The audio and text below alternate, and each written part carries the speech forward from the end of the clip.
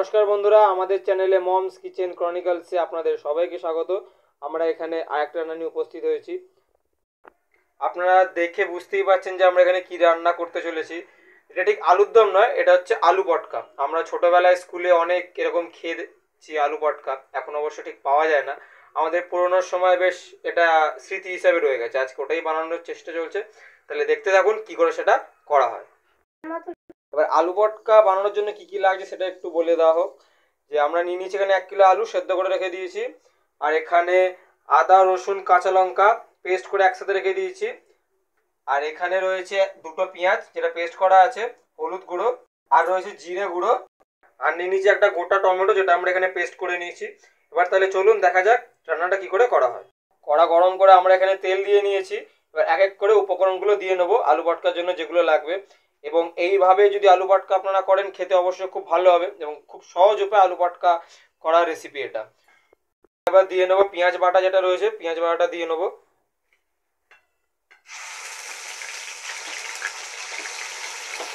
একটু নিয়ে নিতে হবে ভালো করে যেন ধরে না যায়। এবার পেঁয়াজের বাটার থেকে হালকা একটা ভাজা ভাজা গন্ধ বেরোলে, হালকা ব্রাউন ব্রাউন হয়ে আসলে তখন আমরা আদা রসুন আর কাঁচা লঙ্কা যে একসাথে পেস্টটা করে রেখেছি ওটা দিয়ে নেবো। ভালো করে কষিয়ে নেবো আমরা একসাথে। যত সুন্দর করে মশলাটা কষানো হবে তত সুন্দর আরও গন্ধ উঠবে এবং আলু পটকাটা খেতে তত আরও সুন্দর হবে, তার টেস্টটা খুব সুন্দর হবে। এই প্রসেসে যদি আপনারা করে থাকেন অবশ্যই খেতে খুব সুস্বাদু হবে এবং আপনারা কমেন্টে অবশ্যই জানাবেন যে কেমন লাগলো।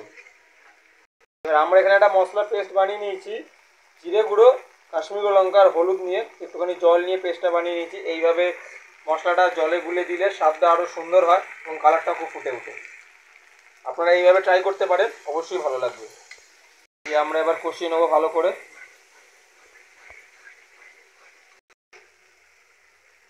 আপনারা দেখতে পাচ্ছেন ধীরে ধীরে এটা ফুটতে শুরু করেছে। আমরা এর মধ্যে দিয়ে নেবো এখন টমেটোর পেস্টটা,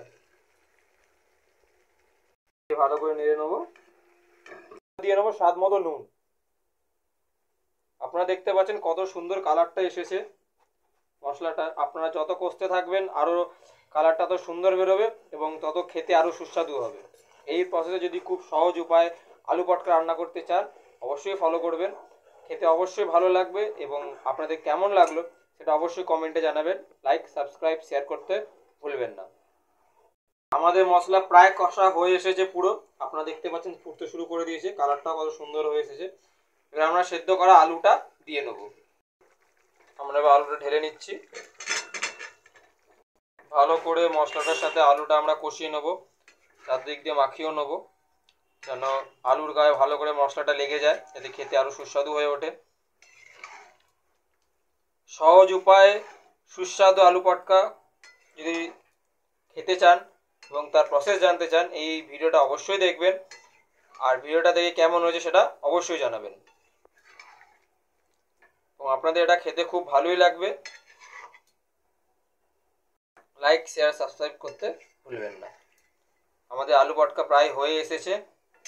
এখানে কিন্তু ভালো করে আলু পটকাটা কষতে হবে যেন মশলাগুলো ভালো করে আলুর মধ্যে ঢুকে যায় একেবারে, যাতে খেতে আরও সুস্বাদু হয়, খেতে অবশ্যই ভালো লাগে। আর এই আলু পটকা আপনি রুটির সাথে, লুচির সাথে, পরোটার সাথে বা কচুরির সাথে সবার সাথেই খেতে পারেন, খেতে খুবই সুস্বাদু লাগে এবং অবশ্যই খুব ভালো লাগে। মশলার সাথে আলুটা খুব ভালো করে এখানে কষিয়ে নিতে হবে। আপনারা দেখতে পাচ্ছেন কত সুন্দর লাগছে, কত সুন্দরভাবে কালারটা ফুটে উঠেছে আলু পটকার। এবার ওপর দিয়ে শুধু গরম মশলাটা ছড়িয়ে নামিয়ে নিলেই আমাদের রেডি আলু পটকা। চ্যানেলটিকে অবশ্যই সাবস্ক্রাইব করবেন, শেয়ার করবেন, লাইক করতে ভুলবেন না এবং নতুন নতুন ভিডিও পাওয়ার জন্য লাইকটিকে ফলো করুন।